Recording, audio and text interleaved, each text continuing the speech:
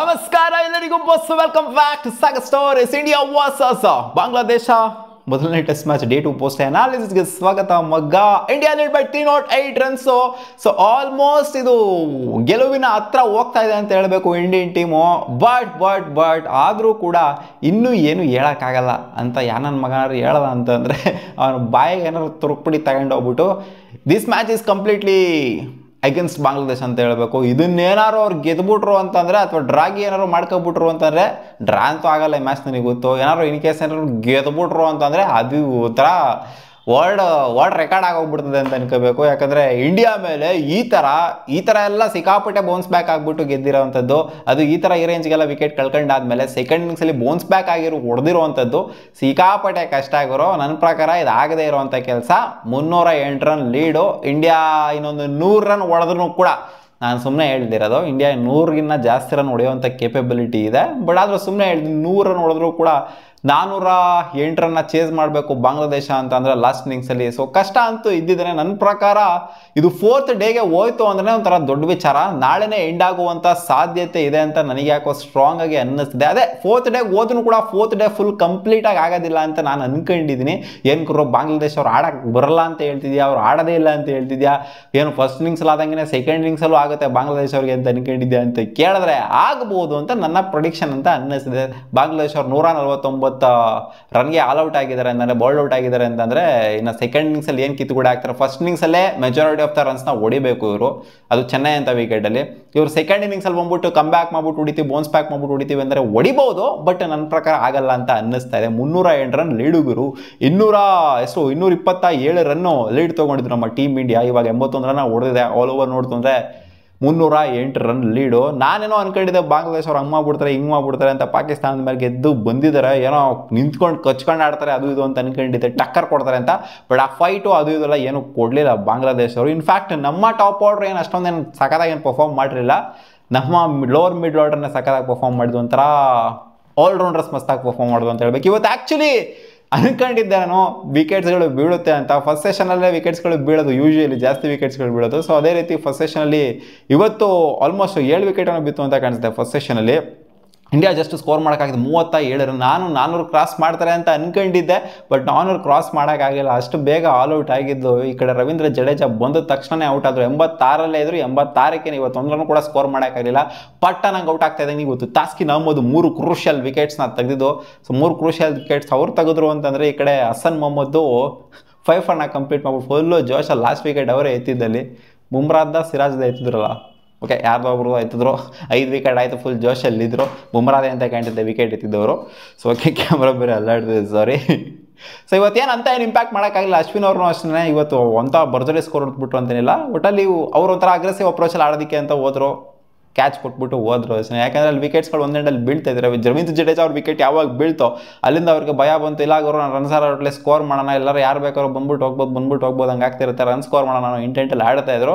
In fact ನೆನ್ನೆಯಿಂದನೇ ಅವ್ರು run score ಮಾಡೋ ಇಂಟೆಂಟಲ್ಲೇ ಆಡಿದ್ರು. ಹಂಗೆ ಟುಕು ಆಡಿತ್ತು ಅಂದರೆ ಈ ಸ್ಟ್ರೈಕರಲ್ಲಿ ಎಲ್ಲಿ ಬ್ಯಾಟಿಂಗ್ ಆಡಿರೋರು Ravichandran Ashwin. So it's all about. ಹೌದು ಇವತ್ತು ಅಷ್ಟೊಂದೇನು ರನ್ಸ್ ಬಂದಿಲ್ಲ ಅಂದ್ರೂ ಕೂಡ ಅವ್ರು ಕೊಟ್ಟಂಥ ಕಾಂಟ್ರಿಬ್ಯೂಷನ್ 199 ರನ್ ಪಾರ್ಟ್ನರ್ಶಿಪ್ ಏನಿದೆ, ಇವತ್ತು ಜಸ್ಟ್ 4 ರನ್ ಪಾರ್ಟ್ನರ್ಶಿಪ್ ಬಂದಿದ್ದವರಿಂದ.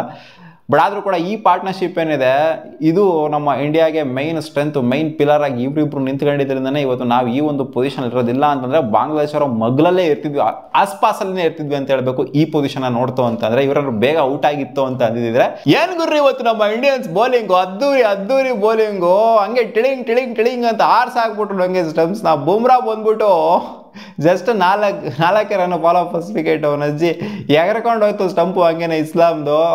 ಸೊ ಅದೊಂಥರ ಒಂದು ಬೋಲ್ಡ್ ಆದಾಗ ನೋಡೋಕ್ಕೆ ಒಂಥರ ಚೆನ್ನಾಗಿ ಕಾಣಿಸಿದ್ರು. ಎಸ್ಪೆಷಲಿ ಆಕಾಶ್ ದೀಪ್ ಆ ಮಿಡಲ್ ಸ್ಟಂಪ್ನ ಎಗಿರಿಸ್ತಾರೆ ಜಕೀರ್ದು, ಅದಂತೂ ಒಂಥರ ಅಲ್ಟಿಮೇಟ್ ಆಗಿತ್ತು. ನೆಕ್ಸ್ಟ್ ಬಾಲಲ್ಲಿ ಇನ್ನೂ ಒಂದು ವಿಕೆಟು, ಮೊಮಿನುಲ್ಲೋ ಯಾರೋ ಬಂದ್ಬಿಟ್ಟು ಮತ್ತೆ ಔಟ್ ಆದರು. ಮತ್ತೆ ಅದು ಬೋಲ್ಡೇನೆ, ಅವನೇ ಹ್ಯಾಟ್ರಿಕ್ ಹೋಗ್ಬಿಟ್ಟಿದ್ರು ಇವತ್ತು ಆಕಾಶ್ ದೀಪ್ ಇವತ್ತು ಮಾಡಿರೋದು ಆ್ಯಕ್ಚುಲಿ ಒಂದು 5 ಓವರ್ 6 ಓವರ್ ಮಾಡಿದ್ರೆ ಜಾಸ್ತಿ ಏನು ಬೌಲಿಂಗ್ ಮಾಡಿಲ್ಲ. ಬಟ್ ಆದರೂ ಕೂಡ ಎಂಥ ಇಂಪ್ಯಾಕ್ಟ್ನ ಮಾಡಿದ್ರು ನೋಡಿ. ಅಷ್ಟು ಮಾಡಿರುವಂಥ ಲಿಮಿಟೆಡ್ ಓವರ್ಗಳನ್ನೇ 2 crucial wicket back to back wicket ತೆಗೆದ್ಬಿಟ್ಟು ಅಂಡರ್ ಪ್ರೆಷರ್ ಇಟ್ಬಿಟ್ರು ಹಂಗೇನೆ ತಗೊಂಬಂದು ಸೀದಾ. ಆ್ಯಕ್ಚುಲಿ ಸಿರಾಜ್ ಬೈಗೆ ಜಕೀರ್ ಅವರ ವಿಕೆಟ್ ಬೀಳಬೇಕಾಗಿರುತ್ತೆ. DRSನ ತಗೊಂಡಿಲ್ಲ ರೋಹಿತ್ ಶರ್ಮಾ ಅವರು. ಎಲ್ಲಾದರೂ ಅದು ಮೇಲ್ಗಡೆ ಹೋಗ್ತೈತೆ ಅಂತ ಅನ್ಕೊಂಡು ತೊಗೊಳ್ಳಿಲ್ಲ.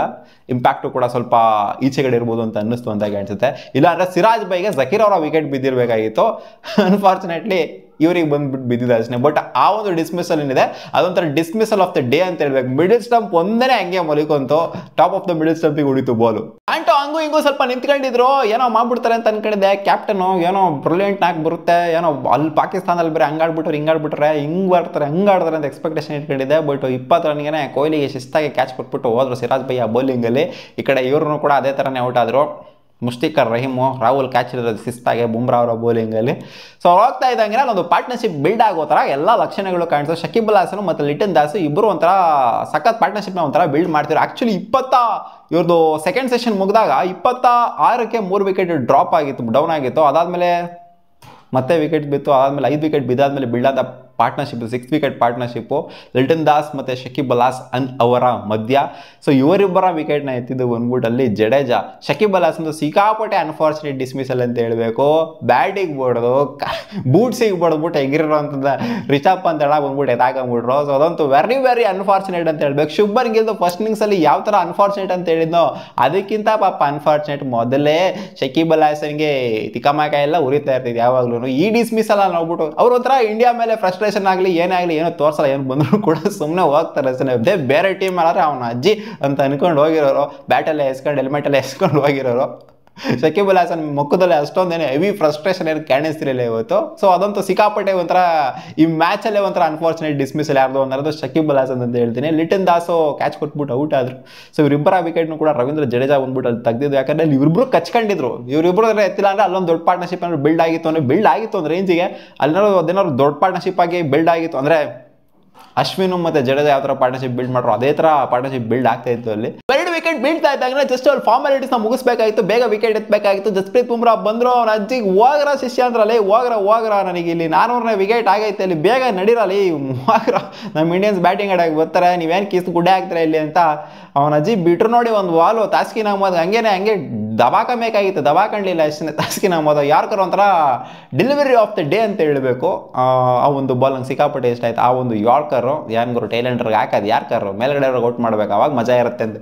ಯಾರಿಗೋ ಒಬ್ರಿಗೆ ಯಾರ್ಕರ್ ಹಾಕ್ಬಿಟ್ಟು ಬಿಡ ಹೊಡೆದ್ರ ಅದು ನಮಗೆ ಒಂದು ಸ್ವಲ್ಪ ಮಜಾ ಕೊಡುತ್ತೆ. 4 ವಿಕೆಟ್ ಇವತ್ತು ಎತ್ತಿದ್ದು. ಜಡೇಜಾ 2 ವಿಕೆಟು, ಸಿರಾಜ್ ಭಾಯ್ 2 ವಿಕೆಟು, ಅವರೇ ಅಲ್ವಾ ಲಾಸ್ಟಿಗೆ ಎತ್ತಿದ್ದು ವಿಕೆಟು. ಆಮೇಲೆ Akash Deep 2 wicket. So all over ಮಸ್ತ್ ಪರ್ಫಾರ್ಮೆನ್ಸ್ ನಮ್ಮ ಟೀಮ್ ಇಂಡಿಯಾ ಬೌಲಿಂಗ್ ಯೂನಿಟಿಂದ. 149ಗೆ ರೆಸ್ಟ್ರಿಕ್ಟ್ ಮಾಡಿದ್ರು ಅಂತಂದರೆ ಇದೊಂಥರ ಸಖತ್ ಅಂತಲೇ ಹೇಳಬೇಕು.